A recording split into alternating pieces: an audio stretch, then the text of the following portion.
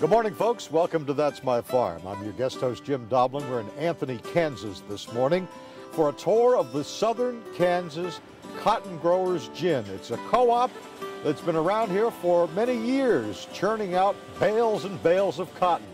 Stick around. We'll have their story, plus more, after these words from our sponsors.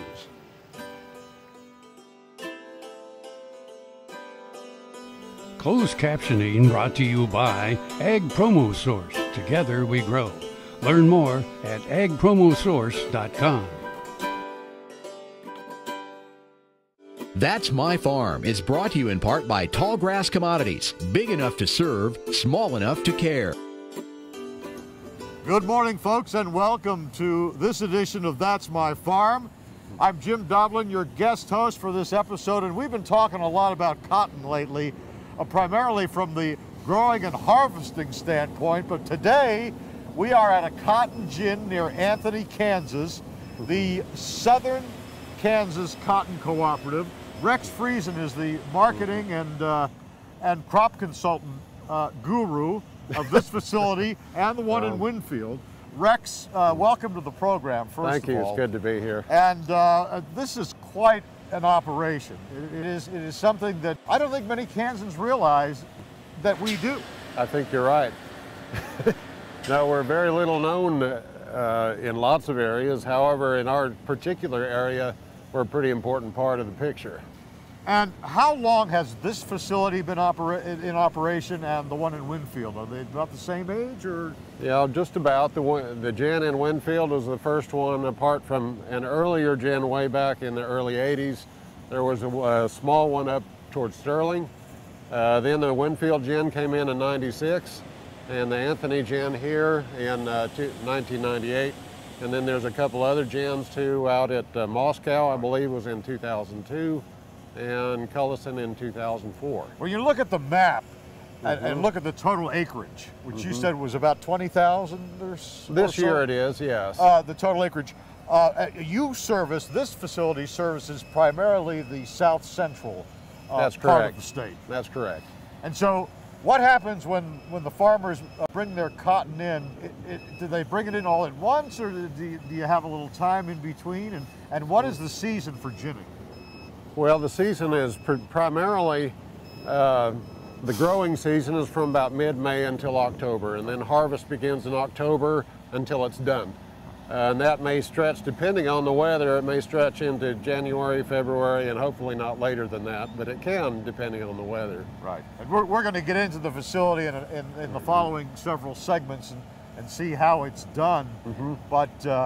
But you still have a considerable number of bales out here to process. Well, these are actually called modules. Modules, excuse me. The bales are the final product. That's right. That's right. But this amount of modules may look like a lot, but actually it's not, because our gin is able to go through about 25 of these large ones in a day. Right.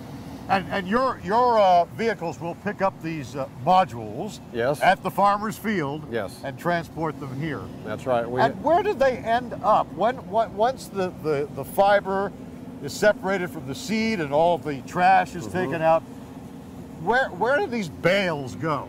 The bales will end up in a storage facility out at Liberal. And they're held until the bales are all graded for quality, and then the marketing pool, which is Plains Cotton Cooperative Association, sells them, and then they can go to anywhere in the world. All right, and we're going to talk about pricing and some new technology here in just a little bit, probably toward the end of the show. But Rex, hang on, and you folks hang on at home. We'll be right back after these words from our sponsor.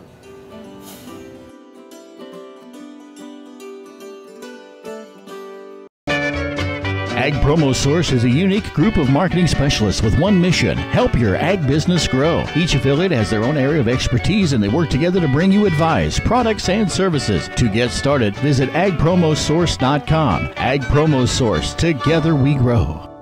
Grain sorghum is one of the most important cereal crops worldwide, and Kansas leads the nation in its production. Over the years, sorghum has been either exported, used in animal feed domestically, or for other industrial uses. Recently, its use in the ethanol market has seen tremendous growth, with 30% of domestic sorghum typically going to ethanol production. Kansas Grain Sorghum is committed to sorghum research, market development, and education. Learn more at ksgrainsorghum.org. Soil is the life of a farm, and for 25 years, Sure Crop Liquid Crop Nutrition has helped growers produce abundant quality crops while preserving and improving the soils they steward. Sure Crop offers complete soil and plant analysis with cropping recommendations, delivery direct to your on-farm storage, and quality crop nutrition custom blended for your field. Choose Sure Crop for the assurance of excellence for your soil. Call today or visit their website for more information. That's My Farm is brought to you in part by Tallgrass Commodities. Big enough to serve, small enough to care. All right, folks, welcome back to That's My Farm near Anthony, Kansas at the Southern Kansas Cotton Cooperative Gin. And we have Sterling Shepard with us today. And Sterling, what is your title exactly? I'm the gin superintendent. You know all about this operation. How long have you been at this? About 10 years now. Okay. And So- still learning. Well, I'm sure. You know, you learn something new that's every day. right. Some things have changed in 10 years, obviously for the better. And we'll get into that a little bit later. But take us kind of through the operation. When the cotton comes in from the farmer's field, you bring it in, the modules, Yes, and then what happens?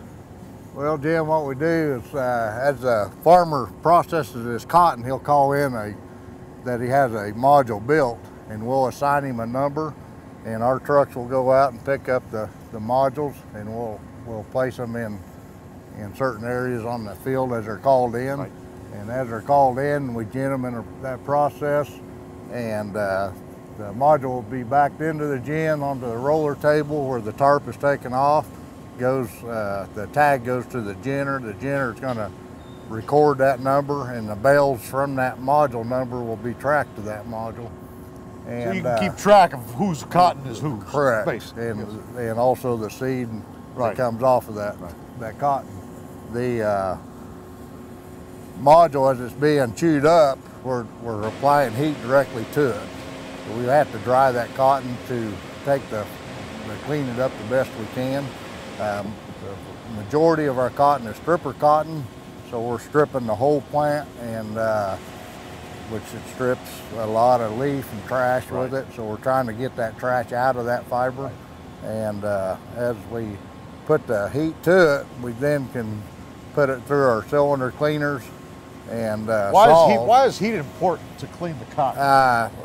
so it can open up those fibers a little bit to let that leaf detach from that fiber. That fiber, when cotton's wet, it's going to hold that leaf and bark and trash into it more. And you've got actually two heaters going. You bring it through one and then another. Right. We have in rapid fire, basically. The first stage cleaning is done with one heater, then we preheat again to keep it clean, or to keep the heat into the cotton. Right. And then we're going to get to what happens after we take this break. Once the cotton is nice and dry and heated, then the action begins as far as separating the fiber from the seed. And we'll talk about that when we return from the Southern Kansas Cotton Gin Cooperative in Anthony, Kansas. Stay with us, folks. We'll be right back.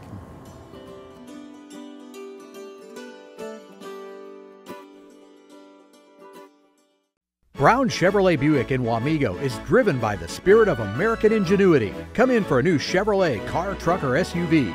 If we don't have exactly what you want, we'll find it for you. And we also have a great selection of used cars. We make sure you have an easy, fun, and transparent sales experience that saves you time and money. But if you want high-pressure salesmen and hours spent in the finance office, you'll just have to go elsewhere. Brown Chevrolet Buick in Wamego. We're making car buying great again. I was in an accident where I fell off a roof. I don't know why I started to research stem cells, but I did. And I visited with the doctors. They were excellent. I had my neck done, my shoulders done, section of my back, my hips, my sacrum, my sciatica, and my tailbone. Now I am having better range of motion in my arms and my neck and my back. It was a long road to get there, but I'm so glad that I found them. That's My Farm is brought to you in part by Tallgrass Commodities, big enough to serve, small enough to care. It's That's My Farm near Anthony, Kansas at the Southern Kansas Cotton Cooperative Gin. And I'm with Sterling Shepard this morning. And he is the guy who kind of keeps the trains running on time. Well, this gin. It takes a good team of everybody. How many people you got? It takes a good team of 20 people to operate a gin. We have about 10 in the gin itself, right. A couple in the yard, and our truck drivers, and the office personnel along with it. All right, Sterling, we're going to continue our tour of your gin. Once the cotton is dried, what happens next? Right. As the cotton's coming in, the ginner is looking at the moisture mirrors on his console. That is going to control the heaters, how much heat we need to put to it. We want to fluff that cotton to get that trash out. So after it gets the heat applied to it and gets into the system, the pickers are taking out the majority of the sticks right off the bat, going through stick machines, and then it goes into inclines cylinders, which are taking the trash off. Then it gets preheated again, and more trash is taken off of it. It goes into a feeder above the gin stand, and right before the gin stand, it's salt, pretty much like the stick machines, and the whole process is constantly taking trash out. The lint is taken off of the seed. Right. And that's the actual gin, right? That's the actual gin. The gin stand is pulling that lint off of that seed, and after it pulls so much of that lint off that seed will drop into an auger, right, which gets weighed and then blowed into our other warehouse. Right, and right behind you is that warehouse, yeah, and that's where the seed ends up, and the seed ends up where? You don't just throw this stuff away, this has use. Oh yes, this is our main product for the gin itself. It goes to the dairy farmer. The dairy farmer likes it because it's good on the rumen. It acts as a time release capsule for protein going through their stomachs, right, and they really like it. And besides the cotton, which you ultimately bale up into about 500-pound bales, you also have the mote. Yes, the mote bale. M-O-T-E. Right, M-O-T-E. It's the mote is the immature seed basically, and the fiber. It's a shorter fiber that's being pulled off of the lint. Right. As it's being combed out to be processed down to our lint slide. And that's used to make money. Right, it'll be reprocessed again. They'll make money bills, out of it. Car seat stuffing, mops, diapers of that sort. It's a lower grade quality of cotton. There's not a whole heck of a lot you don't use out of this plant. No, everything is used. Our burrs, our gin trash, our gin trash at this facility all goes to a feed yard, which is mixed with other feed. Our gin trash, which we call the burrs, is also used in composting, and we have a company that composts it, and they sell it to Lowe's and Walmart and other facilities. Sterling, stay with us. We'll be right back after these words from our sponsor.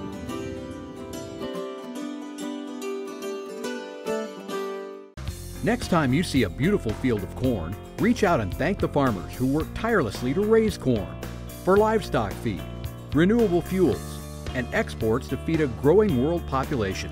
The farmers on the Kansas Corn Commission work for Kansas Corn with grower-funded checkoff dollars that support foreign and domestic market development, research, promotion, and education to expand opportunities for Kansas farmers. To learn more, visit kscorn.com. Valley Vet Supply is devoted to providing information and professional quality products at reasonable prices. ValleyVet.com, ValleyVet.com. The Kansas Wheat Innovation Center in Manhattan is rediscovering ways to get improved varieties and new genetics in the hands of farmers faster. Grower-led and checkoff-funded research initiatives are bringing about positive change. This grassroots leadership provides a strong voice in Topeka and Washington, D.C. Now is the time to partner with Kansas Wheat in moving wheat forward. Kansas Wheat Commission and Kansas Association of Wheat Growers. Farmers investing in their future and yours. Log on to rediscoverwheat.org. That's My Farm is brought to you in part by Tallgrass Commodities. Big enough to serve, small enough to care. We're back on That's My Farm at a cotton gin near Anthony, Kansas. We have Sterling Shepard, the man who oversees this operation for the most part on a daily basis at the Southern Kansas Cooperative Gin. And let's talk about what happens after all of the byproducts are separated out of this cotton. We see a module being offloaded now, but once all of the stuff is separated and you've got the cotton, what happens? Well, after we dry and clean the cotton the best we can and take the seed off in the moat, the gin trash going to the back, we apply moisture to that lint, 3 to 4%. Generally. So you actually take the moisture out in the beginning, right, but in the end you put it back. Put a little bit back in, helps give the farmer a little weight, but it's mainly to relieve a little pressure off of our press because it's enormous pressure on that press as it's pressing that 480-pound bale. Yeah. And after the bale is pressed and tied, you will see it fall out on the table. It has we call it a cookie cutter to take an 8-ounce sample of that cotton and an identification tag will go with that sample, rolled up, put into a bag, which goes to the down in Texas for the inspection, right? I'm so sorry.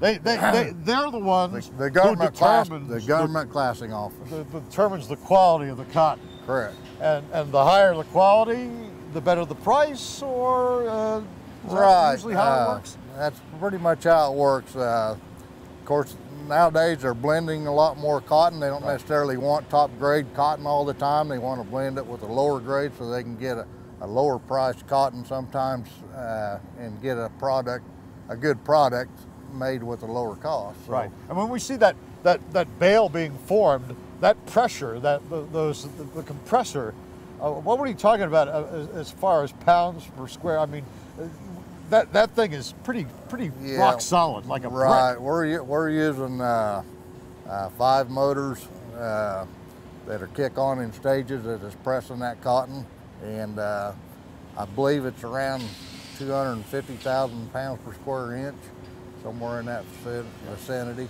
and so it's a tremendous amount of pressure.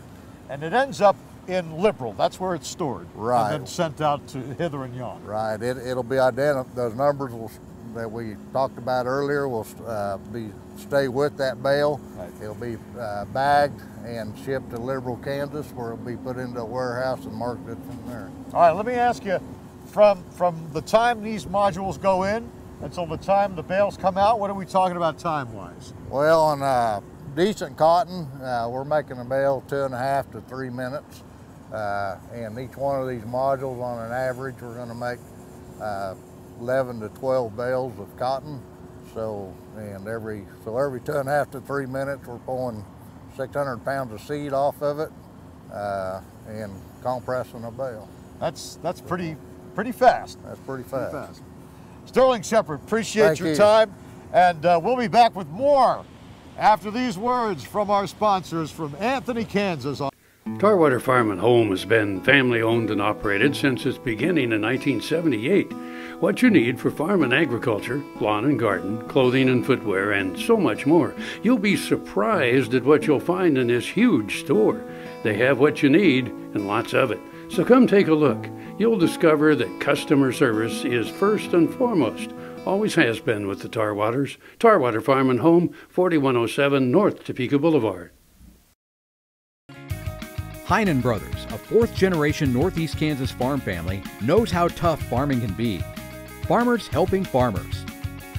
Heinen Brothers Ag, selling and servicing crop protection products, fertilizer, anhydrous ammonia, cover crops, quality aerial and ground application. Call today to learn about our extended term financing program. 800-760-4964. HeinenBrothersAg.com. KFRM is one of the largest farm radio stations in the nation, dedicated to informing and entertaining rural listeners from northern Oklahoma to southwestern Nebraska. You can catch KFRM in many ways. Of course, 550 on the AM dial, streaming at KFRM.com, or on your smartphone by going to the TuneIn Radio app, or on Ag AM in Kansas on Tuesdays and Facebook every day of the week. KFRM, tune us in. You'll be glad you did. That's My Farm is brought to you in part by Tallgrass Commodities, big enough to serve, small enough to care. Welcome back to That's My Farm. I'm your guest host, Jim Dovlin, along with Rex Friesen, and we are at the Southern Kansas Cotton Growers Cooperative here near Anthony, Kansas, in south central Kansas. That'd be accurate, right. Rex. And we've just gone through the factory and the gin and seen the process, and it's quite an elaborate process, but it's a quick process, really. Yes, it is. We're going to talk now about some of the trends in the industry and the future of cotton, but before we do that, let's talk about cotton prices and where we are as far as what you'd like to see and where we are now. Okay. Currently, our prices, just like pretty much all the commodities, they're down lower than we want them to be. Right.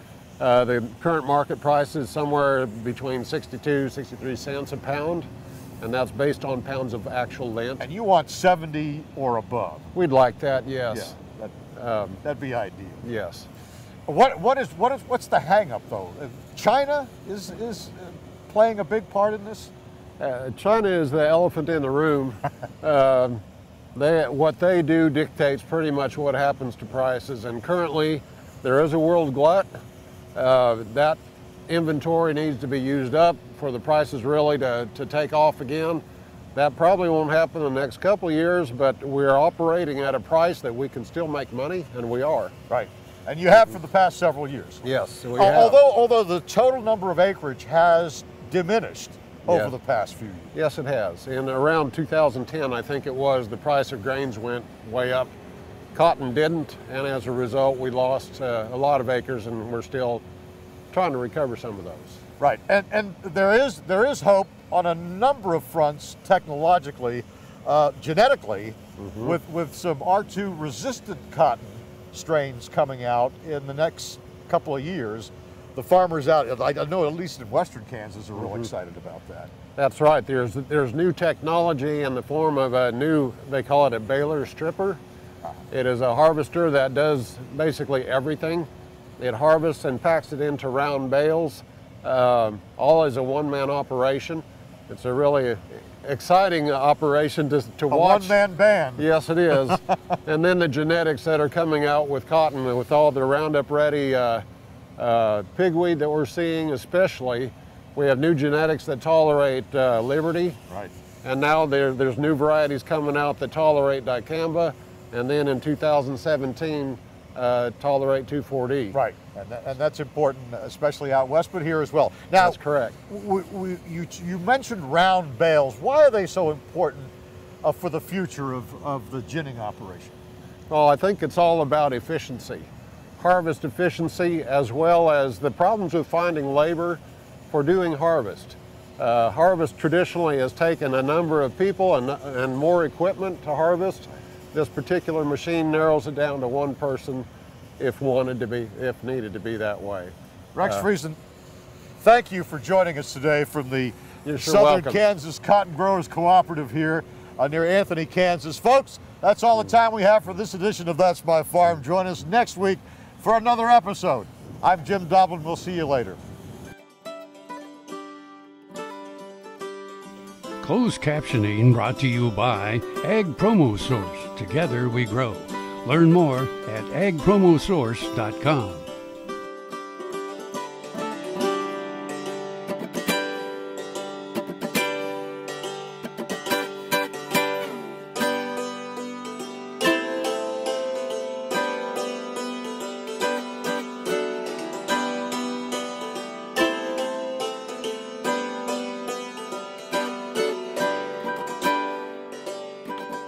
Watch Ag AM in Kansas online at agam in Kansas.